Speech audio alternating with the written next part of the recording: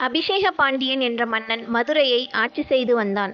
அச்சமயம் எல்லாம் வல்ல சித்தர் என்ற பெயரில் சித்தர் ஒருவர் மதுரை பகுதிகளில் சுற்றி வந்தார். அவர் செய்த சித்து வேலைகளை பார்த்து மக்கள் வியப்பில் ஆழ்ந்தனர். அவர் நடக்க முடியாதவர்களை நடக்க வைத்தார், பேச முடியாதவர்களை பேச வைத்தார், இரும்பை தங்கமாக மாற்றினார். இது போன்ற செய்திகளை கேள்விப்பட்ட மன்னன் அந்த சித்தரை அரண்மனைக்கு அழைத்து வரும்படி பணியாளர்களை அனுப்பி வைத்தான். ஆனால் அவர்களும் கூட சித்தரின் வேலைகளை கண்டு மெய்மறந்து நின்றுவிட்டனர். படைவீரர்கள் திரும்பி வராததால் மன்னர் அமைச்சர்களில் சிலரை அனுப்பி வைத்தார். அப்போது சித்தர் மதுரை மீனாட்சியம்மன் கோவிலில் இருந்தார்.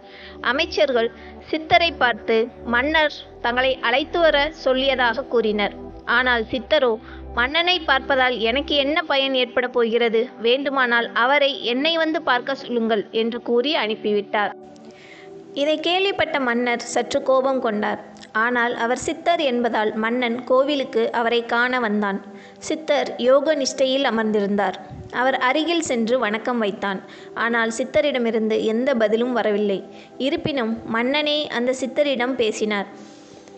தாங்கள் முதியவரை இளைஞராகவும் இளைஞரை முதியவராகவும் பல்வேறு அற்புதங்களை நிகழ்த்துவதாகவும் கேள்விப்பட்டேன். அது உண்மைதானா என்று கேட்டான். எல்லாம் உண்மையே என்று சித்தரும் கண்விழித்தார். இருந்தாலும் மன்னனுக்கு அந்த சித்தரின் அற்புதங்கள் மீது நம்பிக்கை வரவில்லை. அவரை சோதிக்க நினைத்தான். சரி சித்தரே, உங்கள் அற்புதத்தை நேரில் பார்க்க ஆசைப்படுகிறேன். இப்பொழுது அதை செய்து காட்ட முடியுமா என்று கேட்டார். என்ன, என்னையே சோதிக்க நினைக்கிறாயா என்று எழுந்தார் சித்தர். ஆமாம், அதில் என்ன தவறு இருக்கிறது? அற்புதத்தை நேரில் பார்த்தால்தானே உண்மையை உணர முடியும் என்று மன்னர் கூறினார். சரி, உனக்கு என்ன செய்ய வேண்டும் என்று சித்தர் கேட்க, மன்னர் கையில் கரும்பை எடுத்தார். இதோ இந்த ஒற்றை கல்லால் ஆன யானை சிலை இந்த கரும்பை உண்ணும்படி செய்ய வேண்டும். உங்களால் முடியுமா என்று கேட்டான். சித்தர் அந்த யானை சிலையை கூர்ந்து பார்த்தார். அடுத்த நொடியே அந்த யானை சிலை உயிர் பெற்றது. அது தன் தும்பிக்கையை நீட்டி மன்னனிடம் உள்ள கரும்பை தின்றது. அதை பார்த்த எல்லோரும் திகைத்து போய் நின்றனர். இன்னொரு முறை அந்த யானையை பார்த்தார் சித்தர். உடனே அது அரசனின் கழுத்தில் இருந்த மாலையை தனது தும்பிக்கையால் பறித்தது. அரசன் திடுக்கிட்டு போனான். மன்னரின் படை வீரர்கள் சிலர் கோபத்தில் சித்தரின் மீது பாய்ந்து வர அவர்களை நோக்கி கை காண்பித்தார் சித்தர். அடுத்த நொடியே அவர்கள் அனைவரும் சிலையாக மாறினர். அதன் பிறகுதான் இவர் மாபெரும் மகான் என்று அறிந்து கொண்ட மன்னன் தன்னை மன்னிக்குமாறு அவரது காலில் விழுந்து வேண்டினான். மக்களை காத்தருள வேண்டுகோள் விடுத்தான். அவனை மன்னித்த சித்தர், நான் இங்கேயே இருந்து மக்களுக்கு வேண்டியதை செய்வேன்.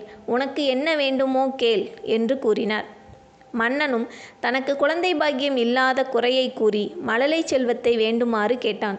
சித்தரும் அப்படியே ஆகட்டும் என்று கூறி மறைந்தார். அதன்பின் உயிர் பெற்று வந்த யானை மீண்டும் சிலையானது. சிலையாக இருந்த வீரர்கள் உயிர் பெற்றனர். விரைவிலேயே மன்னனுக்கு விக்கிரம பாண்டியன் என்ற மகனும் பிறந்தான்.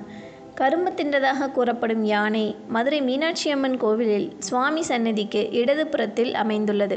இந்த நிகழ்வினை கொண்டாடும் வகையில்தான் மதுரை மக்கள் ஒவ்வொரு பொங்கல் என்றும் கல் யானைக்கு கரும்பு தந்த லீலை என்ற விழாவினை கொண்டாடுகின்றனர். மதுரை மீனாட்சியம்மன் கோவிலின் சுந்தரேஸ்வரர் சன்னதியினுடைய சுற்றுப்பாதையில் துர்க்கையம்மன் சன்னதிக்கு அருகிலேயே எல்லாம் வல்ல சித்தரின் சன்னதியும் அமைந்துள்ளது.